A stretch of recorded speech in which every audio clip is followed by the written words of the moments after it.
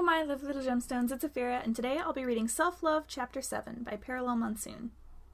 Chapter 7, Roman, Part 2. Roman, there's a chasm in Thomas, a gap narrow and winding, and in its depths cold winds blow. Under the winds, silence. Silence, the absence of sound.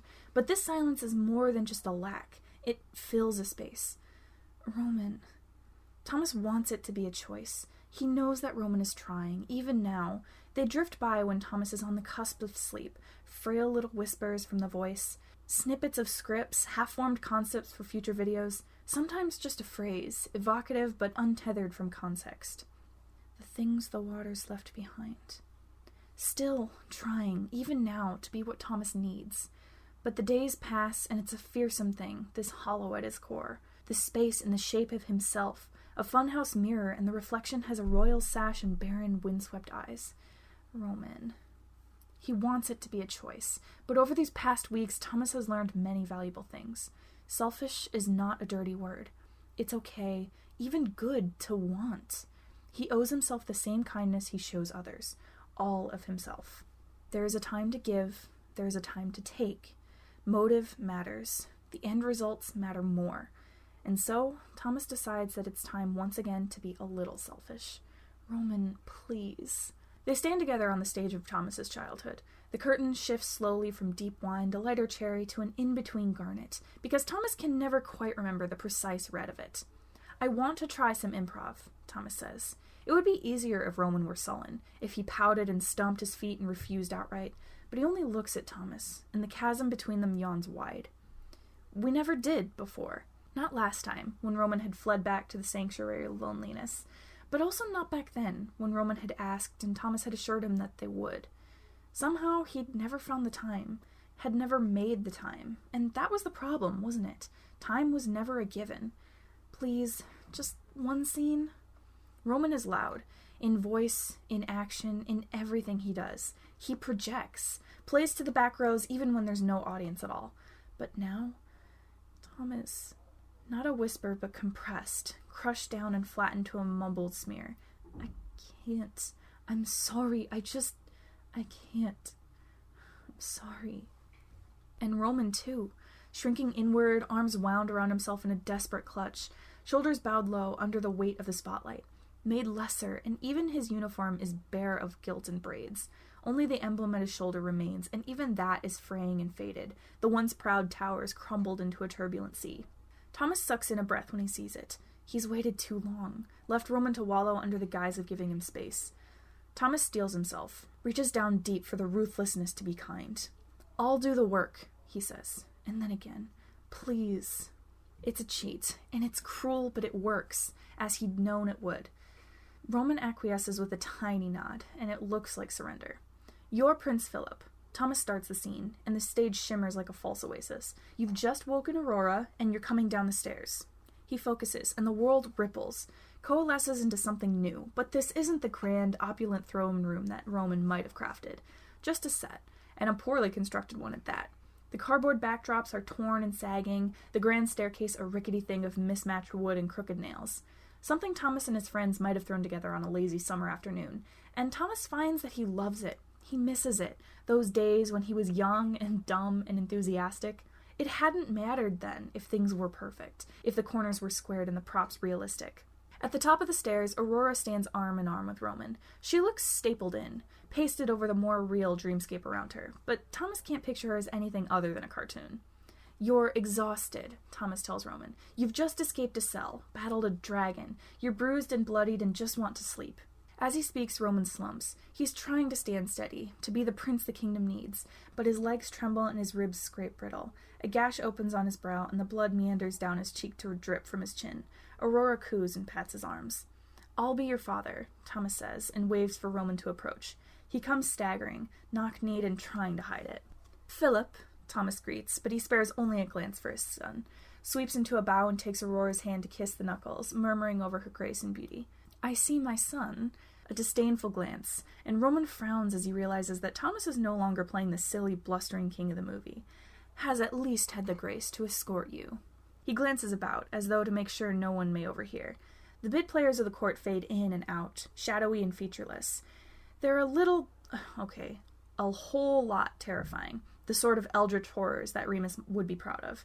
Thomas just doesn't have it in him to fill in the details. Not when he's so focused on getting this right. It's easier when the two of them work together.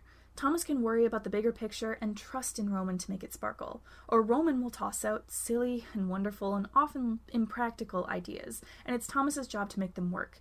They mesh, and when they're both at their best, it feels like an explosion, like a heady thrum that builds on himself. Exponential, Thomas thinks and smiles.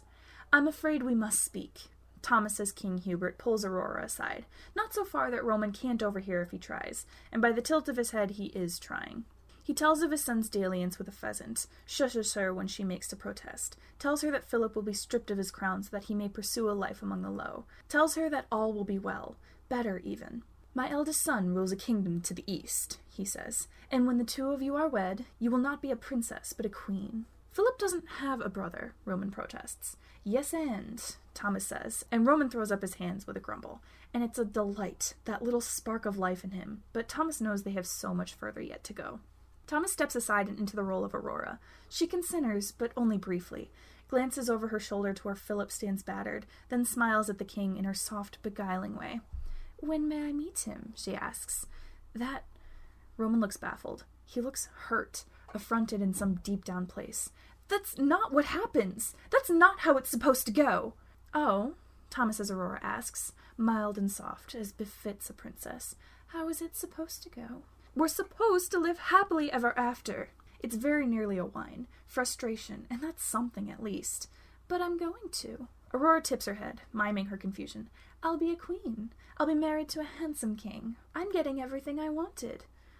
But Roman hesitates, because it would be selfish to complain, wouldn't it? Selfish to ask. What about me? I saved you! Aurora floats closer, leans in on her tiptoes to press a delicate, empty kiss to the prince's scraped cheek. And that was so sweet. Isn't it reward enough to know I'm happy and safe? And she turns, walks away, leaves him behind. Behind him, Thomas can hear Roman breathing quick and hard, a stutter catch that makes his own lungs feel starved. Can hear him fighting to keep control, and Thomas prays. He prays. No! It's a scream, a howl, torn loose from that deep-down place where Roman's pride once dwelt. It's denial and hurt and white-hot, righteous anger. Thank God, Thomas thinks with equal parts gratitude and grief. He turns, and Roman isn't small anymore. He stands bold, arms outstretched, spine rigid. Those once desolate eyes are full enough to spill over, watering down the blood on his cheeks with his tears. Around them the stage is fragmenting, dissolving away to show pockets of the living room beneath.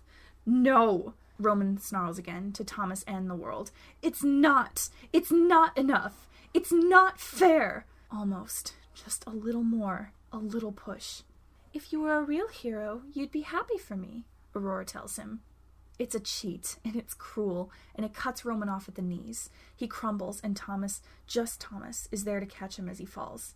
They land on the carpet by the couch, and Thomas curls over his side. His self.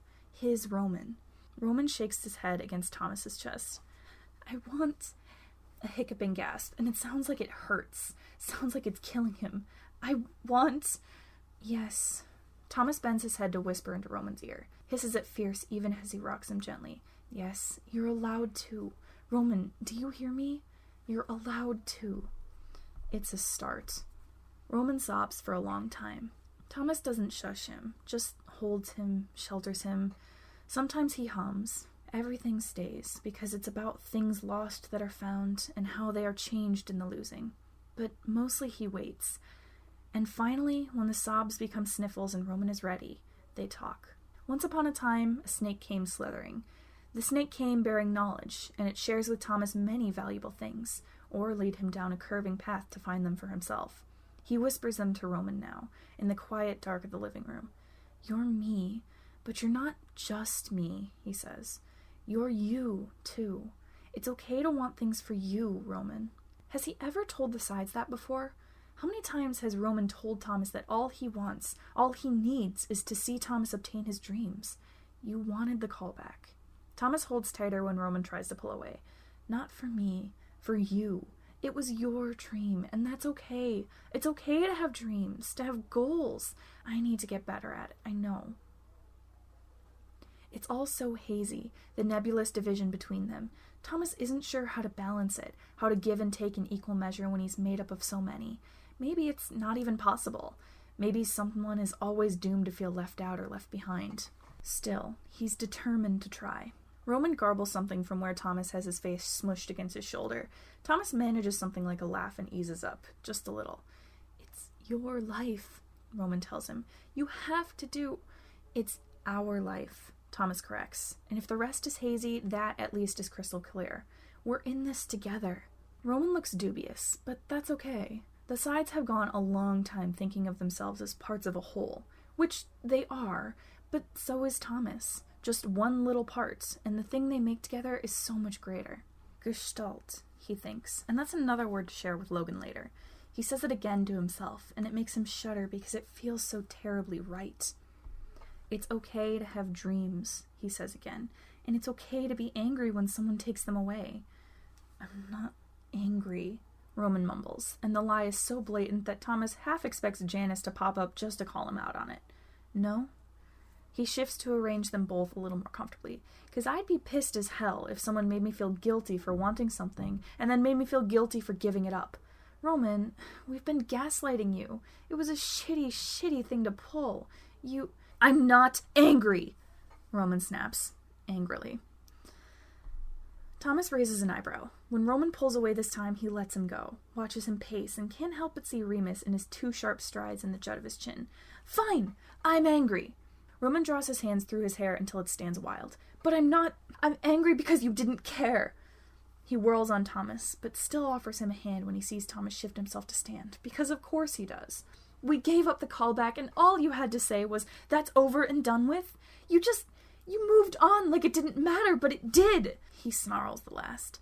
I know, Thomas says. It mattered, and what happened wasn't fair. Roman tilts his head back. He looks like he wants to howl again, to scream primal and ugly, but instead he only snorts and shakes his head. It's stupid, he tells the ceiling. Life isn't fair.